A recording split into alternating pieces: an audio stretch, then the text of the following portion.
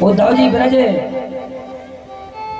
ब्रज से ब्रज के लिए आए तो उद्धव जी ने सबसे पहले क्या दृश्य देखा कि बहुत सारी गोपियों का झुंड है और गोपियों ने नारद जी को बुलाया और नारद जी से कहा, ओ नारद बाबा, ओ नारद बाबा, जरा आप रुकिए। तो नारद जी ने कहा, क्या है? बोले, नारद बाबा, हमारे हृदय में एक पीड़ा है, क्या आप हमारी इस पीड़ा को नहीं मिटाओगे? नारद जी ने क्या कहा? बोले कि जो नंद का लाला है वो हमारे दिमाग में ऐसे चिपक के बैठा है, ऐसे चिपक के बैठा है कि हमें घर का काम नहीं करने देती। हम घर पर जाते हैं और हम काम करते हैं तो हमारा काम करने में मन नहीं लगता, बस उसकी बांसुरी और बोई बोई दिखता है। और जब हम घर का काम नहीं करते तो सजनों पर आप जानते हैं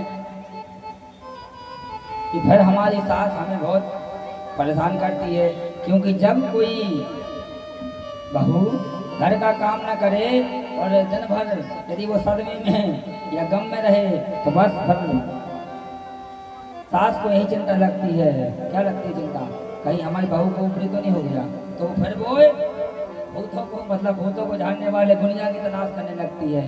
वैसे ही गोपियां कहती हैं, हे नारद बाबा, हमारा घर में काम करने के लिए मन नहीं लगता। तब हमारी सास हमें बहुत गुस्सा होती है, कहती, अरे पागल बाबरी, कहीं तुझे भूत तो नहीं हो गया, ऊपरी चक्कर तो नहीं हो गया?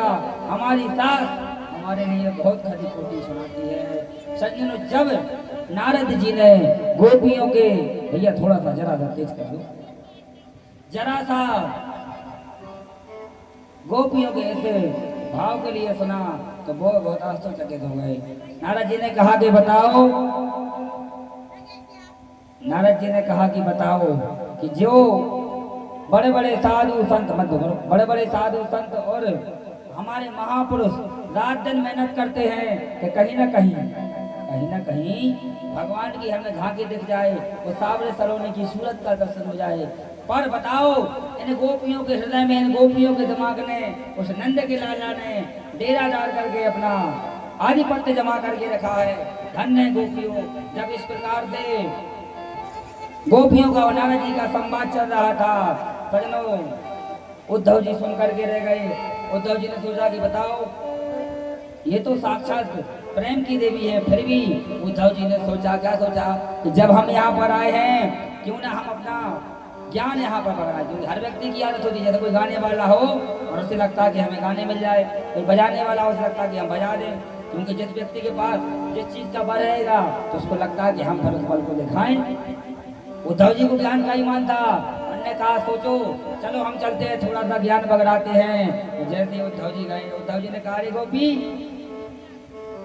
गोपी, तुम तो पागल हो, तुम किसके लिए मरी जाती हो? वो परमात्मा कौन है? वंदे नंद भज स्त्रीणाम पाद रेणुरक्षरम यासाम हरि कथोद्गीतम पुनाति भुवनत्रयम्। गोपियां कौन थी? गोपियां साक्षात वेद मंत्रों के, जो हमारे उपासना कांड के जो 80,000 मंत्र हैं, वही गोपियां हैं। इस प्रकार से गोपियों के यशोगान से ही सारे तीनों लोगों में जय जयकार हो रही है।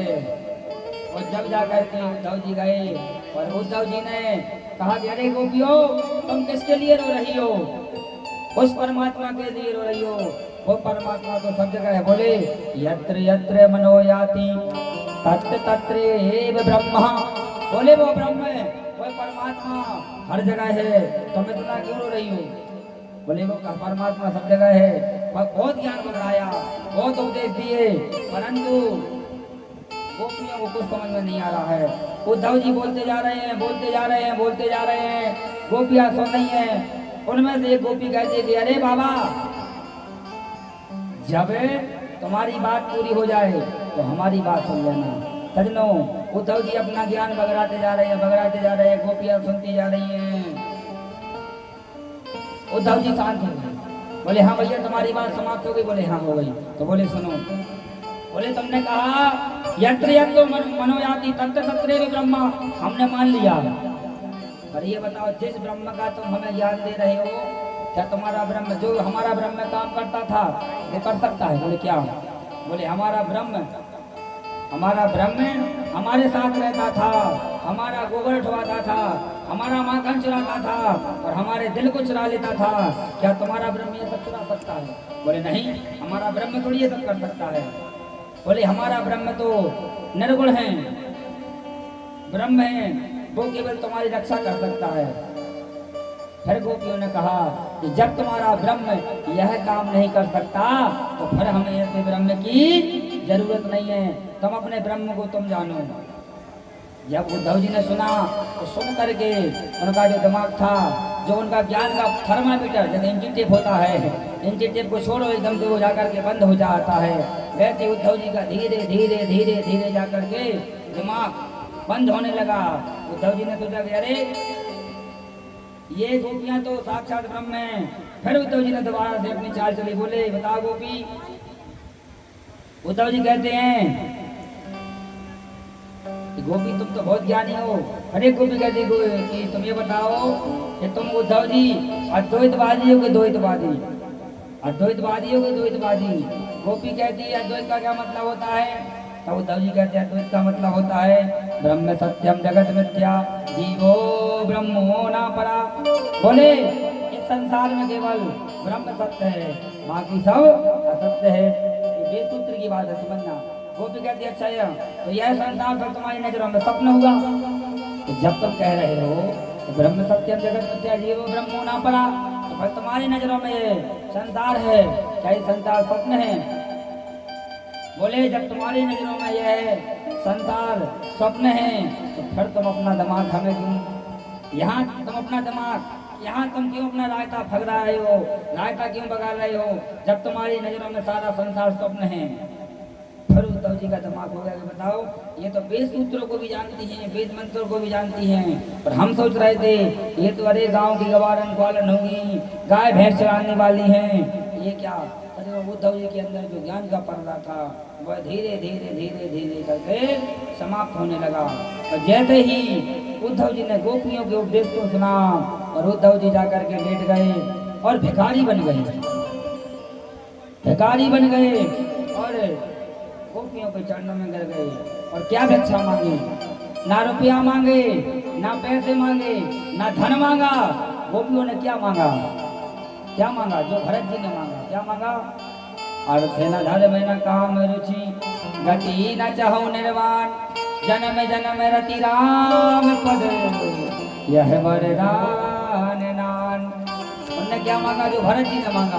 भरत जी ने क्या मांगा था? जन्म जन्म रति राम पद यह वरदान ना आन, भगवान के चरण चिन्हों के लिए मांगा। वही आज गोपियां सजनों,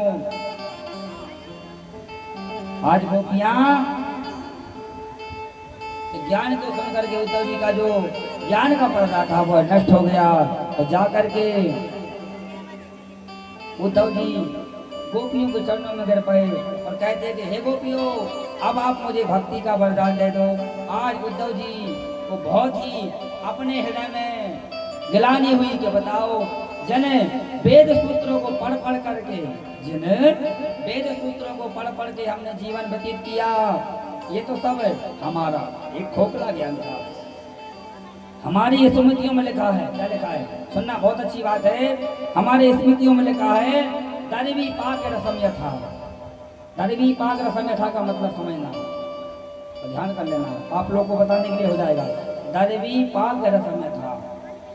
कोई व्यक्ति कितना ही वेद पढ़ ले, कितने ही उपनिषद पढ़ ले, कितने ही रामायण पढ़ ले, कितने ही वेद शास्त्र सब कुछ पढ़ ले, और पढ़ने के बाद में यदि उसके अंदर मिठास नहीं आए तो फिर उसका जीवन बेकार है। दरवी पाक रसम यथा। आप सीधी सी बात जान लो, क्या? जैसे जब हमारे यहाँ भंडारा होता है, तो भंडारे में सबसे पहले क्या बनती है? क्या बनती है दादा? खीर बनती कि नहीं बनती? बनती, हाँ तो कह दो। भंडारे में क्या बनती है? खीर। और खीर जब बनती है तो खीर में हम क्या डालते हैं? खीर बनाने के लिए दूध, चावल, शक्कर और पंचमी विश्वादी की सामग्री, और गंजा में चढ़ा देते हैं। और चढ़ा करके उसमें क्या होता है? ठेंता होता, परछा बोलते जिसके लिए। उस ठेंते वो डाल देते हैं और खीर बनाने के लिए खीर को ऐसे ऐसे हिलाते कि नहीं हिलाते। वैसे ही खीर का स्वाद ना तो गंजे में आता है ना परछे में आता है। वैसे ही व्यक्ति का जीवन रहता है कि जब तक व्यक्ति चाहे वेद पढ़ ले, उपनिषद पढ़ ले, ज्ञान पढ़ ले, संगीत सीख ले, कुछ भी सीख ले, तो चाहे संसार का कोई ज्ञान पढ़ ले, जैसा खीर का स्वाद उस परछे यानी कि थैते में नहीं आता, वैसे ही व्यक्ति चाहे कितना ही वेद शास्त्र पढ़ ले, जब तक वो मीठा नहीं बोलेगा तब तक उसके लिए दूसरे की व्यक्ति की बातें मीठी कभी नहीं रह सकती। जैसा स्वाद उस परछे में नहीं आएगा वैसे ही व्यक्ति के ज्ञान में नहीं आएगा। मिठास कब आएगी? जब वह मीठा बोलेगा। तो कहने का मतलब है हर व्यक्ति को ज्ञान को प्राप्त करना चाहिए, पर साथ में उसके लिए मीठा भी बोलना चाहिए। जब व्यक्ति मीठा बोलेगा तो फिर सबके लिए अच्छा लगेगा, क्योंकि आदमी अभिमान से किसी को नहीं जीत सकता और प्रेम से।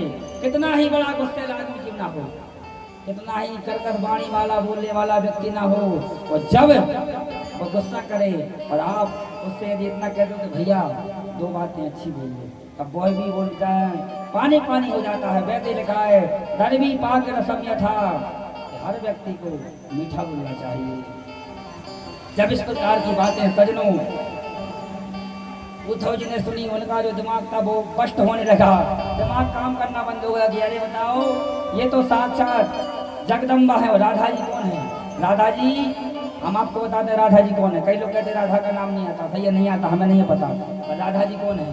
राधा जी कौन है? बरसाने वाली। और बरसाने वाली क्या करती? कृपा बरसाती है। और हम तो अक्सर भगवान से प्रार्थना करते हैं, हे प्रभु आप जीवन में कुछ करो या ना करो, पर दिन में कम से कम 2 बार 4 बार राधे राधे राधे रानी को पुकार लोगे, तो जब आप राधे राधे बोलोगे तो निश्चित एक दिन आप पर कृपा की रानी है, कृपा की देवी है बरसाने वाली, तो निश्चित आप पर एक दिन कृपा अवश्य बरसाएंगे। और राधा रानी का हमें परिचय हुआ देते आपको। राधे रानी कौन है? राधे रानी ही हमारी 9 देवियां हैं। जो 9 देवी है, 9 दुर्गा कहते हैं जिसके लिए, वही लक्ष्मी है, वही काली है, वही दुर्गा है, वही है, एक ही रूप है। और राधा रानी जी कौन है? भक्ति की देवी। लिखा है कि ताके योगे पद कमल मनाऊ, जासु कृपा निर्मल माति पावो। सजनों आज उद्धव जी जाकर के सीधे ही राधा रानी के चरणों में गिर गए और कहा कि हे देवी, मेरा जो अभिमान था वो अभिमान नष्ट हो गया। अब कृपा कर करके मुझे आप अपनी भक्ति प्रदान करिए, क्योंकि अब मुझे ज्ञान नहीं है। आज से मैं ज्ञान फेंकता हूँ। बस आज से मैं केवल आपसे क्या मांगता हूँ? क्या मांगा? प्रेम की भिक्षा मांगी। और बहुत सुंदर गीत गाया है।